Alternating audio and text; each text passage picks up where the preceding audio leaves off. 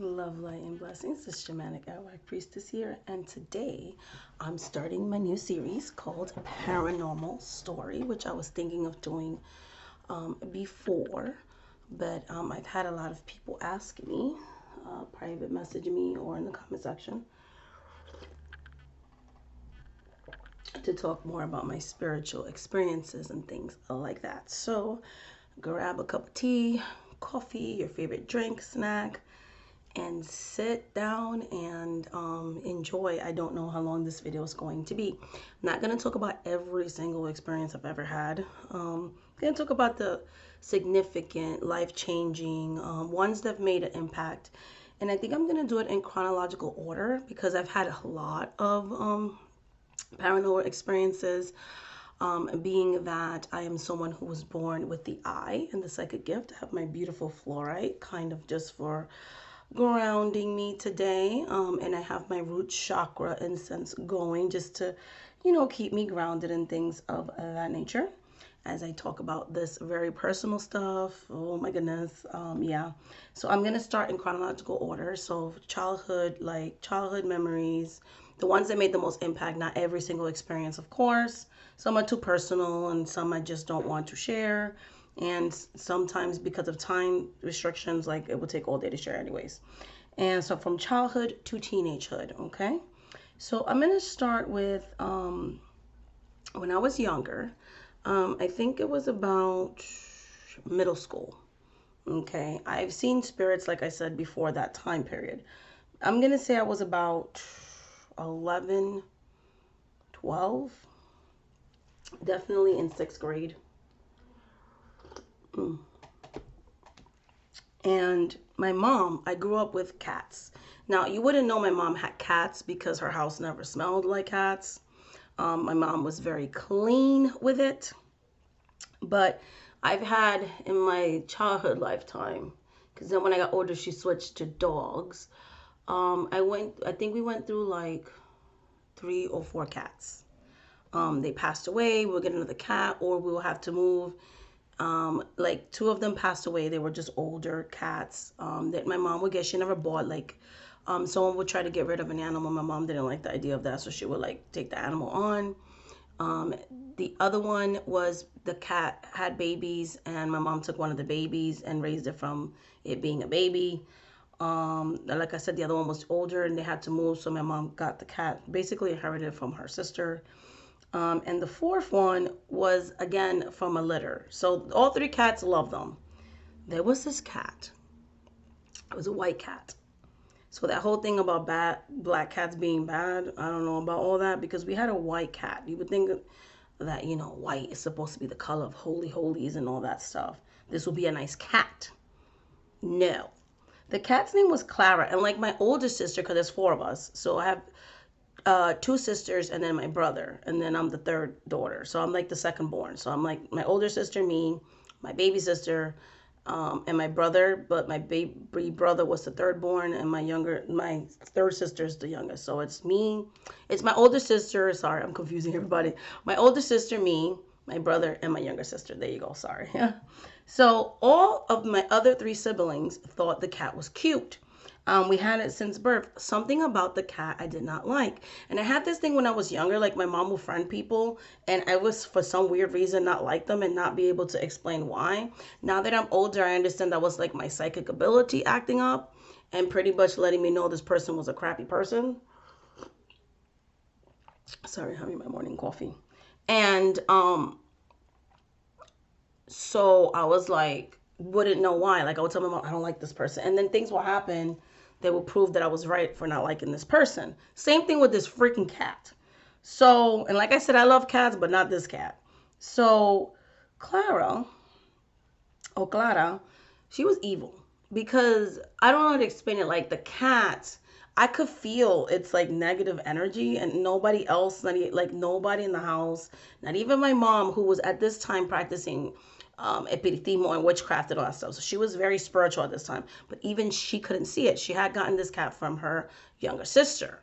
Um, this cat, like from the first day that it got there, I was having a lot of paranormal experiences at this time because there was like this old lady. She had a very scary voice who will always tell me to do really bad things. Oh, stick this in an electrical socket, put something over your face, and like weird stuff. I wouldn't listen to her because but she would scare me. Like I didn't know who she was. Her presence felt evil. Like I would put the blanket over my face and I could see her shadow walking. I could hear her footprints and there's nobody there, like running around, doors closing and opening by themselves. Like I had insomnia at this time. This was like one of the worst times in my childhood because I did not know what the hell was going on at this time. I just would see the red man and shadow people, like so many nasty things. And then this cat comes into my life and she lays on my bed because I had my own room at the time. I had like the darkest of circles because I was getting by on 2 or 3 hours of sleep. I didn't know prayers. I didn't know anything because back then, like my mom practiced and things like that. But at that time, like people weren't open with their children, so you would just think what they were doing was normal. I had nobody to talk to about the things I was going through. This cat laid on the bed, and the way that it would meow, like, but it was like it was like really. Ooh, I got dizzy just talking about it. It was very like slow, and I could read the cat's energy. And it literally was like, this is my bed. And if you get on here, I'm going to take my nails and scratch you across your neck. Like I could feel the maliciousness of it. I was so scared of that cat. I ran out the room and slept on the couch. And the cat would do the same thing. Like I would try to get it out of the bed and it would just give me this look and it would just like that. And I was like, ooh. So for a whole week, I'm sleeping on my couch. My mom's like, you can't do that. Just take the cat off the bed. I'm like, Mom, this cat is evil. No, the cat's not evil. It's a cute little cat or whatever. Let me tell you. So I went back to my room because, you know, my mom's old school. Like, she's going to beat my booty. So I'm going to go to bed. When I had this really bad dream and this really bad encounter with this old hag lady. I don't know who she is. I want to talk about that, but and when I woke up, the cat, she had her nails like she scratched me in my neck because I had a dream that the cat was slicing my neck open. When I woke up, the cat was scratching, like was digging into my neck. So I slapped the cat out. Sorry for people that love animals, but the cat was evil. I slapped the cat out and I shoot it out of my room. And every night she would come in there. So I was like, you could have the freaking room. I don't care if I get spanked. Like the cat could have the room. And I started, I don't know, I just all of a sudden just started to pray and say, please, if this cat's evil or whatever, let my mom see that it's evil and please get rid of it. I feel like this cat wants to do physical harm to me. So the next day, I think, or 2 days later, my mom's like, we need to get rid of the cat. And I said, what? She's like, we need to get rid of the cat. I'm going to get your aunt. We're going to drive it into the woods. She had a bad dream and I had a bad dream because they were like the seers in the family. We need to get rid of this cat. And my older sister, my younger sister, my brother really didn't get involved. But, oh no, not Clara, blah, blah, blah. I love her. This and that. She could sleep in her room. My mom's like, nope, the cat's got to go. So they took the cat and they drove into the woods and they left the cat there. So, yes, that cat was evil. That cat wanted to do harm. The spirits confirmed it, okay? I was like, I don't know. I'm praying to God. I'm praying to baby Jesus. I'm praying to somebody. This cat is evil. The other thing I had made a note of was the old hag, which I talked to you about, guys, about. I used to have really bad dreams with her. Like I said, for years, I slept with the blanket over my face because she would do things to scare me. She would give me dreams that I was getting possessed by demons, and we would speak like these ancient languages. Now I know that's what it was. It was like Latin and Aramaic. Now that I've done research on it, and I would see like old time periods where people were like acting like serpents and things, but it wasn't like good spirits. It was bad possessions, and she had this like really ugly laugh. At first, she tried to disguise herself as my grandmother. I don't know, like after a while, I just was like, Mom, because she was like hunting me for like 6 months. And I was like, this lady says she's my grandmother, but she tells me to do bad things. My mom's like, that is not your grandmother. So my mom was like, ask her name. I'm not gonna say her name on here because when you're trying to expel a spirit, even in the Bible, like if we go back to the Bible, Jesus will ask the demons, what was your name? Because once you know the name of a demonic, a malicious spirit, any type of spirit, even if it's a passed on person, whatever it may be, of the malicious kind, knowing the name is power. Your name. The ones that are watching me on YouTube, your name is power. So you have to be careful who you give your information to. I always say this because there's power in your name. So there's power in malicious spirits' names. There's power in spirits that benefit us names as well. So she told me her name because we did my mom did a pretty much an exorcism. She did una misa blanca, and she was dressed all in white, and she had her crucifix and the holy water and the Florida water, and she got rid of her. Um, she cleansed my whole room and everything of that nature, because she used to have like this skillet that she used to use specifically for that. She put charcoal in there and she put all the herbs, hierba buena, hierba santa, all that good stuff. She had her cigarro that she would smoke like inside out, so like the outside part in and smoke it out. I don't know how to explain it, but those that grew up in this path understand what I'm saying. She called la Comisión de los Indios. She called la Comisión de los Africanos. She called her Cuadro de Protección. I mean, she was speaking like it was powerful, and she got rid of that entity. And I never saw that old hag again. But like I said, during that year of like I had seen things when I was younger, but it was like I didn't know then that what was happening was I was gifted, so spirits saw that. When someone's a psychic medium, there's a lot of darkness in the other side, and sometimes the darkness is attracted to light. They want to pretty much take over you. They want to get your attention and things like that. And they were using these evil spirits, the evil cat that was possessed by a spirit. My fear with these types of entities makes them stronger. I've learned this to experience. The more you fear them, they feed on that fear-based energy. That is what makes them stronger. So I suffered a lot of insomnia at this time too. There was a lot of like chaos in my home because my mom was getting into her gifts again, because she had left for years for fundamental Christianity. She was Pentecostal. She was a 7-day Adventist at one point. My mother was studying to be a Jehovah's Witness. Like she did a lot of different religious practices. And then she ended up going back to Catholicism, and that got her back into Espiritismo, and things of that nature. And she got back into the hoodoo and everything else that we grew up with in the Santeria and the stuff that I practice. So when she started getting into that, unfortunately, she attracted a lot of false teachers. And they weren't teaching her how to protect because they didn't want her to teach her how to protect. Because if my mom did something dangerous and she messed up her home, they get money by coming in there and blessing stuff. Protection is so important. And these are things my mom talks to me about, because she wants me to learn from her mistakes. Because at that time, my grandmother had already passed on. And yes, she did pass her knowledge on to my mom. But my mom started to question the stuff that my grandmother was teaching her.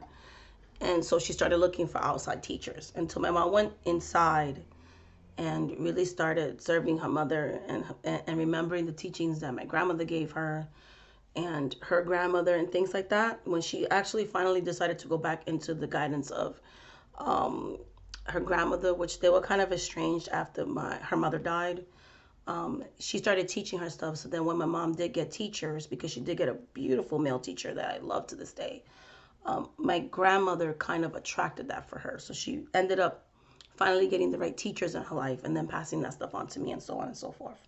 But anyways, yeah, so I talked about the dreams and the Aramaic language. So, okay, so I made those points already. So because I was so, like spirits were so attracted to me from the other side, I went into rebellious period. So at 11, my mom kind of got rid of that. It was kind of quiet for a little while. And then we get to the age of 13. And at the age of 13, I keep having like this interdimensional being thing. Not going to say her name either. Some people call them spirits of no name. She had like stick hands. They were like branch hands. Like they look like branches, like branch viney hands. And she really didn't have a face, but I knew she was female. And she would tell me like she's been around since the beginning of time and things like that. Now that my daughter is dating someone and is engaged to someone who grew up in a reservation in this Navajo, he told me those are native spirits. Okay, so that was some type of Taino spirit guide. I thought it was a scary, but she wasn't a scary guide.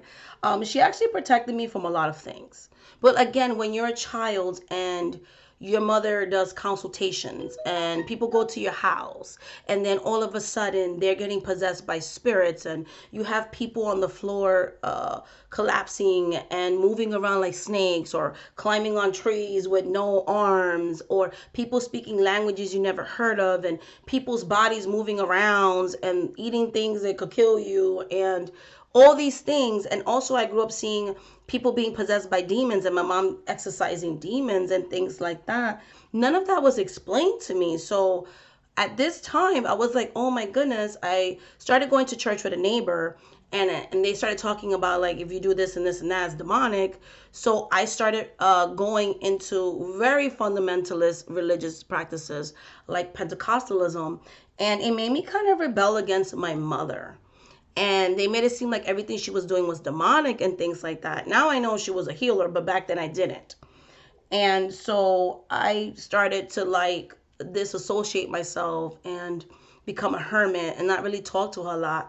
And it strained our relationship for from the ages of 13 to the ages of ooh, to the ages of like, if we're gonna be honest here, from the ages of 13 to the ages of 19, I was very religious and I didn't want anything to do with my mother's stuff.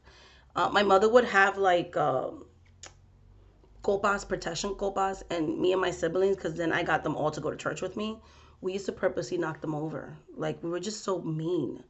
Or we would get into arguments with her and make fun of her, like, oh yeah, why don't you just put a Barbie in the altar and worship that? Like, we were mean. We realize now that those were spirits influencing us too, because they didn't want my mom to clean her house and they were using her very children to go against her. Like she was being spiritually attacked. I know that now, but I didn't know that then. And things like that. So I went through a rebellious phase, and I would still see shadow people and all this stuff, even going to church, and I would act as if they didn't exist. And then I would internalize that fact that I was tormented for years by bad spirits. Like I wasn't seeing any good spirits. Even when I was in church, I wasn't seeing any good spirits, okay? And so sorry about that. So I wasn't seeing any good spirits or anything growing up. So I would blame my mom for it, and things of that nature. I became a president of the youth in the church and things like that. And I got really into that. I was a street preacher in my teenage years. I would knock on doors, give up pamphlets, deliver the good news. Very, very, very, very Christian. But no matter what I did, I could not get relief from these spirits that haunted me throughout my childhood. Okay, especially from the age of 11 to the age of 19. It got to the point, and I'm going to be honest here, I feel like I don't want to sugarcoat it. I started to become very suicidal. And I did try to take my life on one occasion, with overdosing with pills, and my mom had to call the ambulance and the police and stuff like that. To get me help. I did go to therapy for a couple of years, not just from that, but there was a lot of traumatic things going on. My mom, because we were like turning against my mom and stuff, and things like that, she had to seek the help of a healer. Like I said, my grandmother had passed away, and then my grandmother became very sick. So the spirits brought this man into her life that was constantly cleaning the house, because my mom started to get haunting from spirits too. And she had to like retire from her spiritual work because other practitioners were attacking her so much spiritually that there was just so much chaos finally, around the age of 16, she got that relief she needed. The house got clean. The peace was restored. But it was like a very crazy 5 years. And my mom always taught me that when you're doing this kind of work, you have to have order in your home. And she was so consumed with helping clients that her own home and her own protections and her own wards were getting abandoned, and we were also open to spiritual attacks. Is why I've learned to set healthy boundaries and things like that. There's times that I do take breaks from helping people spiritually and things like that. If not, my house will be like that too. And I learned, as I got older and got back into my path, not to do that, you know. Um, my mom also, I grew up, dreams were very important. So when we would have dreams, we would tell them to my mom. And my mom and my brother are so amazing at interpreting dreams. And I inherited that gift too. And so dreams have always been very important. I have always had psychic dreams and direct spiritual messages from spirits, okay? I've always had those types of dreams. And like I said, I always had intuitions with my mom's friends or people around me. I just would not naturally like these people. Okay. I also talked about, because I'm just reading my notes over, about the part that I saw shadow people and things like that. I also saw when the more and more I got into the church. Um, so like I said, my mom found relief at 16, went back into her spirituality, was able to help clients. She had to take like a 2 year hiatus because things were crazy in her home. Um, there was times that we would hear like dishes like shaking together or actually levitating. You could believe me or not, I don't care, but I'm telling you what I've seen. Levitate and then smack themselves against the wall and break. Like I've actually seen that. That's not just in the movies, man. Like that stuff I seen.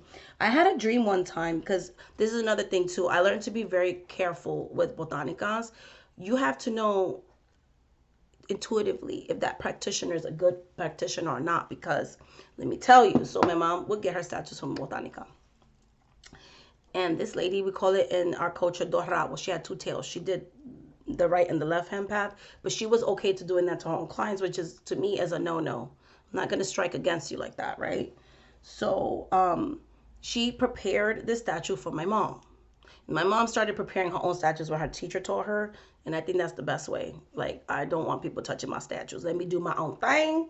And then when I do prepare them for clients, I let them see me doing it, and things like that. Because you got to trust the person who's preparing your stuff, okay? So I had a dream that this statue was eating like raw and rotten meat and maggots and nasty things. And I was like, Mommy, your statue is eating all this bad stuff. And my mom was like, oh my God.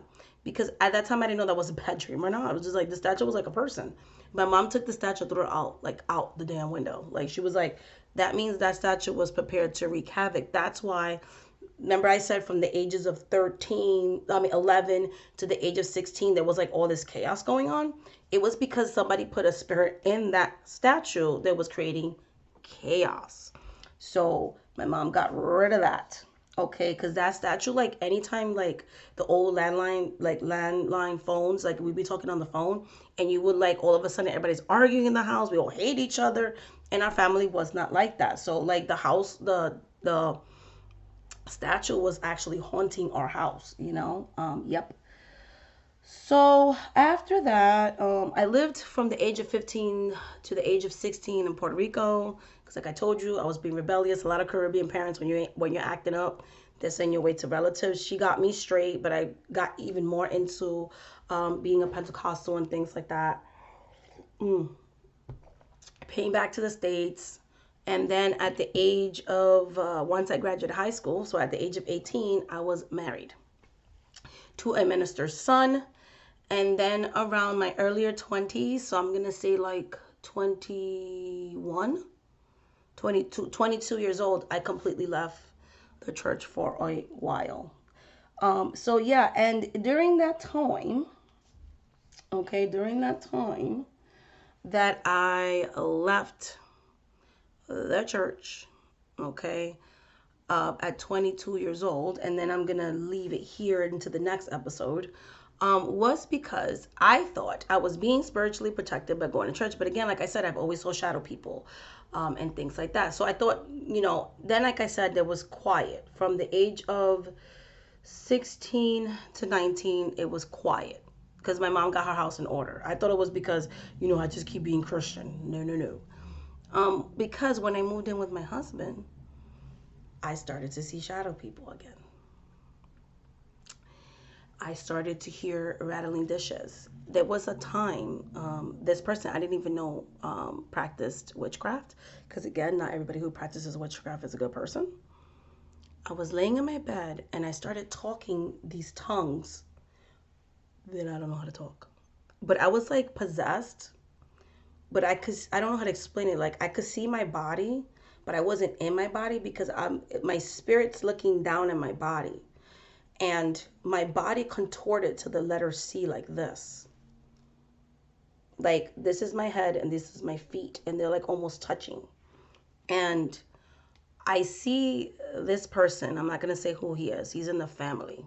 And I always never liked him. And he's talking in tongues. And the more he's talking, like my body's contorting and I'm speaking things that I cannot control. And then I'm like, whoa, you can control my body, but you can't control my mind. You always learn that. They can control your body, but they can't control your mind. They could put thoughts in them, but they can't control. You have this control here. So I started doing the prayers that I used to hear my mom. I don't know how they, in Spanish, and I'm praying in my mind, and I'm calling upon, my mom's protections and whatever, And when I look, they show me who it is, and I'm like, oh my God, it's this person in my family. I never liked him. He's dressed all in black. His face is different. He was the one that was controlling that entity. My ex-husband, he was my husband at the time, had gone downstairs to drink water. So that's when I got attacked. I was by myself. I'm like, oh my goodness. So let me tell you, I start doing those prayers, boom, I get released. Then after that, there was another time I was laying on my couch in the living room. And I'm just, that weird sleep. I don't know if you guys ever got it. Like you're jumping in your sleep. My mom tells me when that happens and you're just like jumping, it means somebody's throwing negativity at you. So your body's like trying to fight it off. So that kept happening. And I was like, whoa. So I woke up and I saw all these shadow stuff just jumping.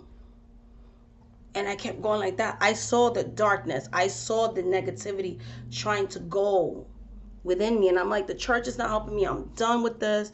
This, I don't think is my calling, so on and so forth. And even though I used to blame my mom for stuff, there was a part of me that knew that she was like doing her truth and that she was a very powerful healer, because I've seen some miracles in my mother that my mother did to people. I seen my mom do spiritual operations and take diseases out of people. You can believe that if you want to, you can believe that if you're not. Because in our culture, we believe that diseases are physical, but they're also spiritual. You have to treat all of it medicinally and spiritually. And I would see my mom doing that stuff. There's a lot of charlatans that pretend they could do spiritual operations. My mother, my grandmother, my great-grandmother did real spiritual operations, okay? So I called my mom, and she was like, I'm going to pray for you. I'm going to light candles. And I was like, okay. The third incident that I had around that age, the significant ones, not the little stuff, I saw this thing with a hat on his head. And I couldn't move. People call that sleep paralysis. And he kept coming closer to me. And I said, this thing wants to possess me. And I was fighting it. And I started doing my prayers, but like it wasn't working. And I didn't know at the time, my ex-husband was like, I was trying to wake you up. You were having like some type of seizure or something. Like you were like, and you were making no sense. Like you were speaking muffled. Your mouth was getting like droopy on the side. Like I thought you were going to die, and I could not wake you up. This is what he was saying after he recounted to me what he saw. And I was like, no, I was being attacked. So I was like trying to fight it off. But in what I was seeing was I couldn't move. And I started praying, and all of a sudden I saw my mother dressed in white. Like my mother was not physically there. So I saw her spirit. Because, in my family, we could astral travel. I've had clients like, I dream about you, I saw you. So I do astral travel. And I saw her, white, just all in white, but like the whitest gown you ever seen. That if you look directly at it, you know what I'm saying, it's just too much light. And she rebuked it. And the top hat man, they call it now, you know, that dude, and a lot of people have seen him all over the world. He's a real thing. He disappeared. So I'm gonna leave you with that part, and then I'm gonna create a part 2, which I'm gonna talk more about in my 20ish to 30ish situations. Okay, so more into my adulthood and possibly how I got into my path, because like I said, I did those years have my mom praying for me. Okay, I did. So anyways, yeah, that's what I wanted to share with you. Oh, I wanted to share one more paranormal thing. When I was 18 and I had just got, no, yeah, when I was 18, I was still dating my daughter's father. I wanted to share this too. I didn't put it in the notes, but I want to now. I want to share. I was in this Baptist church, and this lady put her hands on my womb, and she said, you're going to have a very powerful,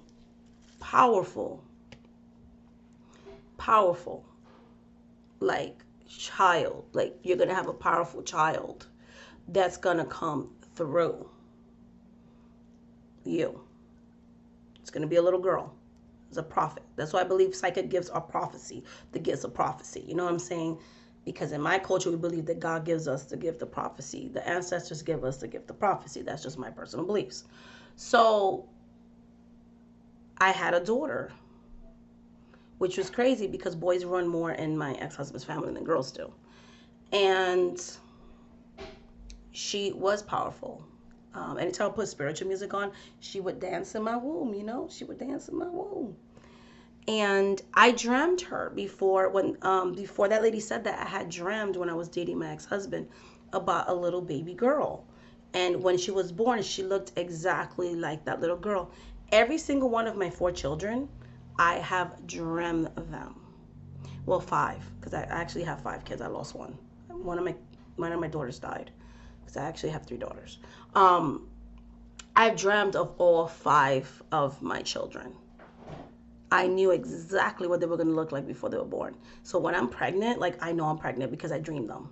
And I'm like, every single one of my children, when they were conceived, I knew from the moment they were conceived, I was like, I'm pregnant. So I've always been that kind of person.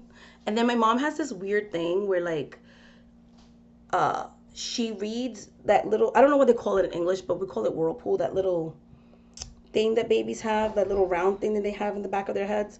My mom could look at where that's positioned and tell you what your next child's gender will be, and it's worked 100% of the time. It's really weird, but she divines on children's heads. Like, I've never known anybody to do that, but she's like, in our family we do that. So I was like, oh, so like she taught me how to do that. I'm like, that's cray cray. And okay, this is gonna sound really weird. This is gonna sound weird.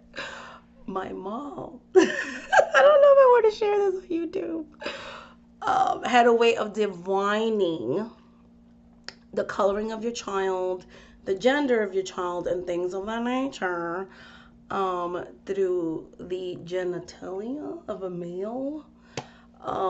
Just leave you with that too. So my mom, like, she could divine with anything.